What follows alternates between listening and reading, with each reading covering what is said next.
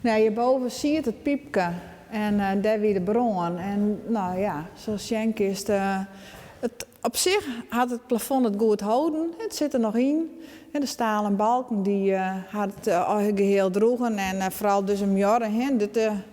Dus die er net was wie dan wie het pand instwaat is maar.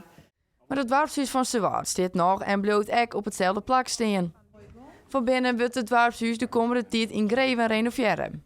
Zo'n kwad is een deal over Iepen. We kunnen wel los, we kunnen de vereniging weer ontvangen, de sport kun je weer komen op sneeuwende midjes, dus het is geweldig. We hebben 2 zaaltjes, is maar dit is de eerste. Dan hebben we nog een lietzaaltje hierachter, dat is de Bleense.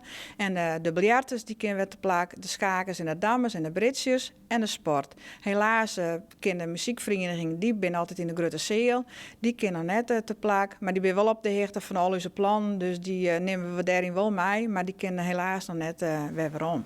Alle plannen krijgen stadig gewoon vorm. Oktober van de jaar baande het gebouw helemaal uit. Nu is het tijd om alles weer opnieuw op te bouwen. Er staan ondertussen grote containers op het hiem en het bouwbedrijf die zullen na weken los met de vlier in de Grote Zeel. Dat is het eerste deel wat ompakt wordt.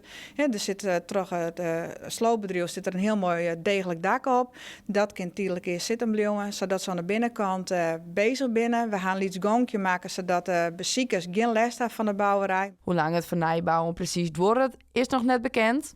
Maar toen straks in het wachtje en alles weer klaar is. Ik hoop dat we het over hier, het na hier, dat we dit hier, zeg maar, broeken voor de bouw en de inrichting. En dat we het in het na hier in de mei-tijd weer hier kunnen.